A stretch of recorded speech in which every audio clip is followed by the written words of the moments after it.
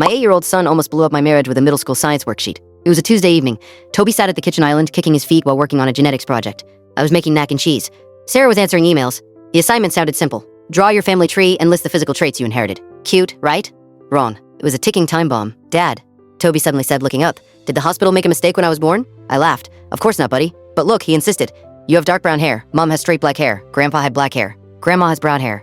He tugged one of his tight, bouncy ginger curls. I look like copper wire. I don't match anybody. I'm a mutant.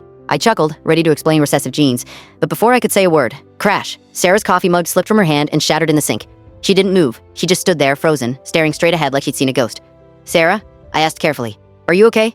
She blinked rapidly. I have to find something. Then she ran.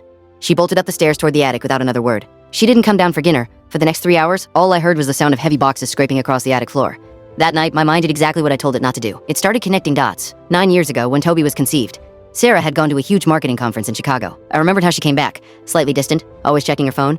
And then my thoughts drifted somewhere darker. Our old neighbor, Kyle, the fitness trainer who moved away shortly after Toby was born. Kyle with the thick, curly, unmistakably bright red hair. My stomach twisted into a knot. I tried to shake it off, but the doubt had already taken root. The doubt had already taken root. Sarah became a ghost. Every evening, she went straight back up to the attic, digging through boxes like her life depended on it. By Thursday, I couldn't take it anymore. I ordered a rush DNA test.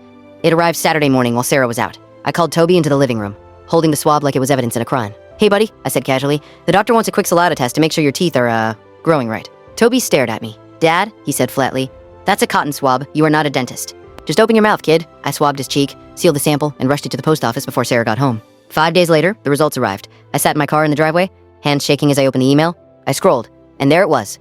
Probability of paternity, 99.9%. A sob escaped my chest. He was mine, all of him. Every curl, every freckle, mine. I walked into the house feeling 10 pounds lighter. I found Sarah standing in the living room, covered in gray dust, holding an old silver picture frame. She looked exhausted, but she was smiling. I found it, she whispered.